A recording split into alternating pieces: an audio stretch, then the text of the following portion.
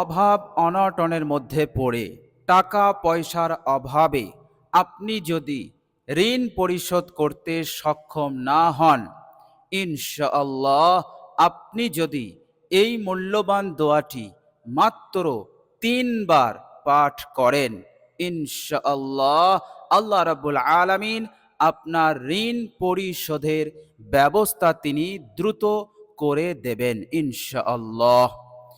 প্রিয় দর্শক, আল্লাহ রাব্বুল আলামিন এই দোয়াটির ওপর আমল করার ওসিলাতে আপনার কারোবারে, আপনার রোজগারে অফুরন্ত বরকত দান করে দেবেন। আপনার রিজিক বৃদ্ধি হবে, এত বৃদ্ধি হবে, এত বৃদ্ধি হবে যে আল্লাহ রাব্বুল আলামিন আপনাকে অল্প সময়ের মধ্যেই বড় ধনী বানিয়ে দেবেন। অঢেল টাকা পয়সা, ধন সম্পদ আপনার কাছে আসতেই থাকবে। আল্লাহ রাব্বুল আলামিন আর কখনো বন্ধ করবেন না। আল্লাহ রাব্বুল আলামিন এইভাবে করে বরকত জারি রেখে দেবেন। দোয়াটি এতটাই মূল্যবান, আপনি যদি দোয়াটির ওপরে আমল করেন, আল্লাহ রাব্বুল আলামিন বিপদ, পেরেশানি, দুশ্চিন্তাকেও তিনি দূর করে দেবেন। আল্লাহ রাব্বুল আলামিন আপনার অবস্থাকে সচ্ছল বানিয়ে দেবেন, এতটা সচ্ছল বানিয়ে দেবেন যে আল্লাহ রাব্বুল আলামিন সারা জীবন আপনাকে সুখে শান্তিতে রাখবেন, সারা জীবন ধনী হয়ে থাকবেন, সারা জীবন অভাব অনটন আপনার জিন্দগিতে স্পর্শ করবে না ইনশাআল্লাহ। প্রিয় দর্শক, দোয়াটি খুবই মূল্যবান।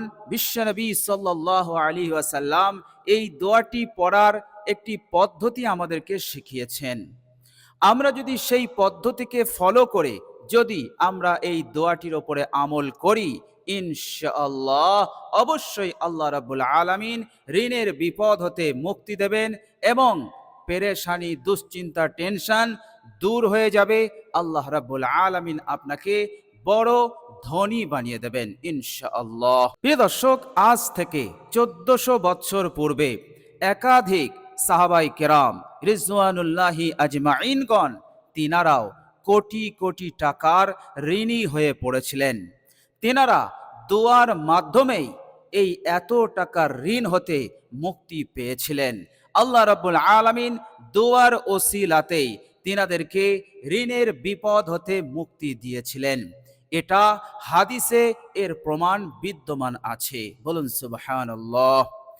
প্রিয় দর্শক, ঋণ সম্পর্কে বিশ্বনবী সাল্লাল্লাহু আলাইহি ওয়াসাল্লাম আমাদেরকে যে উপদেশ দিয়েছেন সেটা হচ্ছে তাবারানী শরীফের মধ্যে এই হাদিসটি বর্ণিত হয়েছে।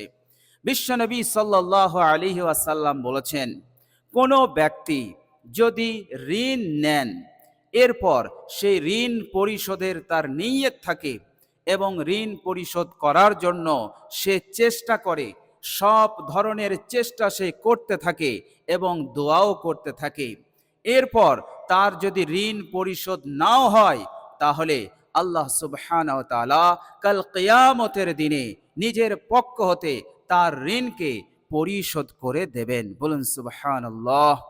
আর যদি ঋণ নেওয়ার পর তার যদি ঋণ পরিশোধের নিয়ত না থাকে, চেষ্টা না করে, দোয়া না করে, আর এই অবস্থায় তার মৃত্যু হয়ে গেল, বিশ্বনবী মহানবী সাল্লাল্লাহু আলাইহি ওয়াসাল্লাম বললেন, কিয়ামতের দিনে এই ব্যক্তির জন্য আল্লাহ পাক কোনো সাহায্য করবেন না, বরং ঋণ দাতার যদি গুনাহ থাকে সেই গুনাহগুলো এই ব্যক্তির আমল নামায় চাপিয়ে দেওয়া হবে। ফলে এই ব্যক্তি কঠিন বিপদের মধ্যে পড়ে যাবে। তো প্রিয় দর্শক, ঋণ নেওয়ার পর ঋণ পরিশোধের নিয়ত আমাদের থাকতে হবে, চেষ্টা করতে হবে, চেষ্টার সাথে সাথে আমাদেরকে আল্লাহ রাব্বুল আলামিনের কাছে দোয়া করতে হবে। প্রিয় দর্শক, ঋণ সম্পর্কে বিশ্বনবী সাল্লাল্লাহু আলাইহি ওয়াসাল্লাম আরেক হাদিসে বলেছেন, মুসনাদ আহমদে এই হাদিসটি বর্ণিত হয়েছে।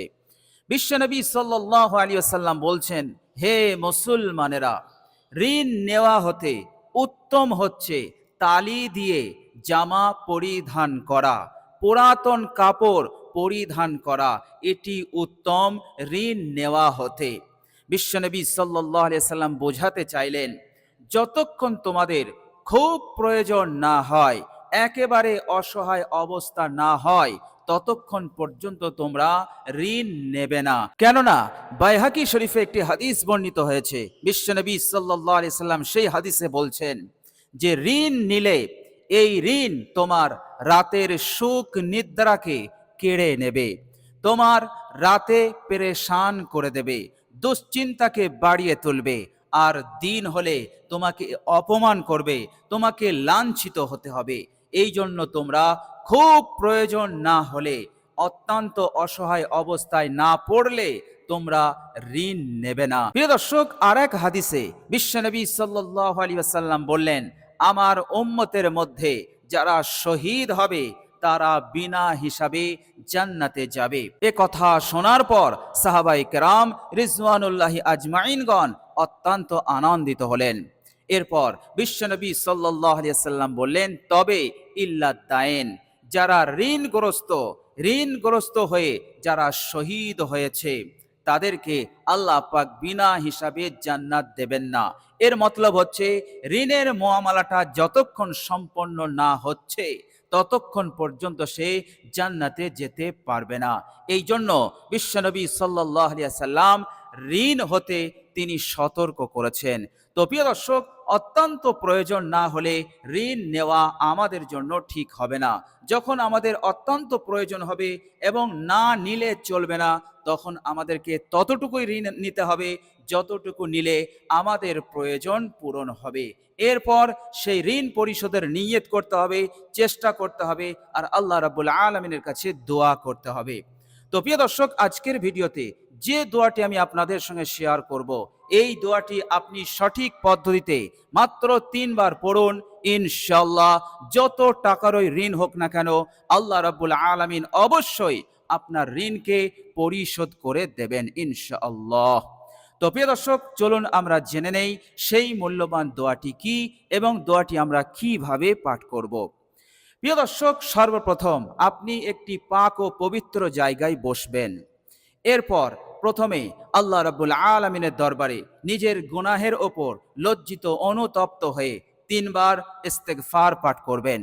যে ইস্তেগফারটি আপনি পাঠ করবেন সেটি হচ্ছে, আস্তাগফিরুল্লাহাল্লাযী লা ইলাহা ইল্লা হুয়াল হাইয়ুল কাইয়্যুম ওয়া আতুবু ইলাইহি। এই ইস্তেগফার 3 বার হয়ে গেলে বিশ্বনবী সাল্লাল্লাহু আলাইহি ওয়াসাল্লামের ওপর মহব্বত, ভালোবাসা নিয়ে 3 বার দরুদ শরীফ পাঠ করবেন।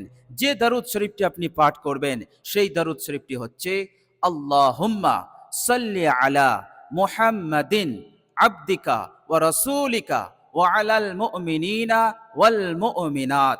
এই দরুদ শরীফটি আপনি 3 বার পাঠ করবেন।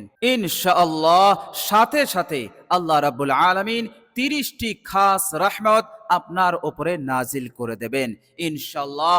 এখন আপনি আল্লাহ পাকের সেই খাস 30টি রহমতের চাদরের মধ্যে আপনি আছেন। এরপর আপনি এই মূল্যবান দোয়াটি মাত্র 3 বার পাঠ করবেন। প্রিয় দর্শক, মনোযোগ দিয়ে শুনুন। দোয়াটি হচ্ছে, আল্লাহুম্মা ইন্নী আসআলুকা বিআন্না লাকাল হামদ লা ইলাহা ইল্লা আনতা বাদিউস সামাওয়াতি ওয়াল আরদ ইয়া যাল জালালি ওয়াল ইকরাম ইয়া হাইয়্যু ইয়া কাইয়্যুম। প্রিয় দর্শক, এই মূল্যবান দোয়াটি আপনি 3 বার পাঠ করবেন। প্রিয় দর্শক, বিশ্বনবী সাল্লাল্লাহু আলাইহি সাল্লাম বললেন, এই দোয়াটি পাঠ করার পর তুমি আল্লাহ পাকের কাছে দোয়া করবে, আল্লাহ পাকের কাছে ঋণ হতে মুক্তির দোয়া করবে, অভাব অনটন হতে মুক্তির দোয়া করবে, বিপদ আপদ মুসিবত হতে মুক্তির জন্য আল্লাহ পাকের কাছে দোয়া করবে। বিশ্বনবী সাল্লাল্লাহু আলাইহি সাল্লাম বললেন, এই মূল্যবান দোয়াটি পাঠ করার পর আল্লাহ পাকের দরবারে তুমি যা চাইবে আল্লাহ পাক তৎক্ষণাৎ কবুল করবেন আর তোমাকে তাই দিয়ে দেবেন। বলুন সুবহানাল্লাহ। এটা বিশ্বনবী সাল্লাল্লাহু আলাইহি সাল্লামের জবান। বিশ্বনবী সাল্লাল্লাহু আলাইহি সাল্লাম কখনো কোনো সময় মিথ্যা বলেননি। তিনি যা বলেছেন ওহী আল্লাহ রাব্বুল আলামিনের আদেশ এই সব কিছু তিনি আমাদেরকে বলেছেন। বলুন সুবহানাল্লাহ। বিশ্বনবী সাল্লাল্লাহু আলাইহি ওয়াসাল্লাম এতটা জোর দিয়ে বলেছেন যে এই দোয়াটি এতটাই মূল্যবান দোয়া, কেননা এই দোয়ার মধ্যে ইসমে আজম আছে।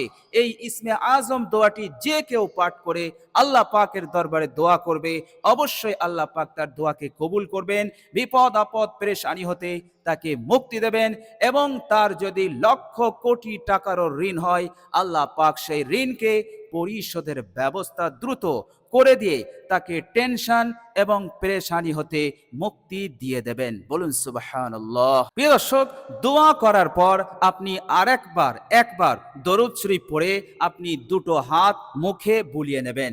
এইভাবে করে আপনার আমল সম্পন্ন হবে ইনশাআল্লাহ। যেভাবে আমি আপনাদেরকে বললাম এইভাবে আপনি আমলটি করুন, ইনশাআল্লাহ ঋণ পরিশোধ হবেই হবে ইনশাআল্লাহ। তো প্রিয় দর্শক, আল্লাহ রাব্বুল আলামিনের কাছে দোয়া করি, আল্লাহ রাব্বুল আলামিন যেন আমাদেরকে এই সুন্দর আমলটি দোয়াটি করার তৌফিক দান করেন। সকলে বলি আমিন। তো প্রিয় দর্শক, আজ এ পর্যন্তই। সকলে ভালো থাকবেন, সুস্থ থাকবেন এবং শেষে আমার আন্তরিক সালাম নেবেন। আসসালামু আলাইকুম ওয়া রাহমাতুল্লাহি ওয়া বারাকাতুহু।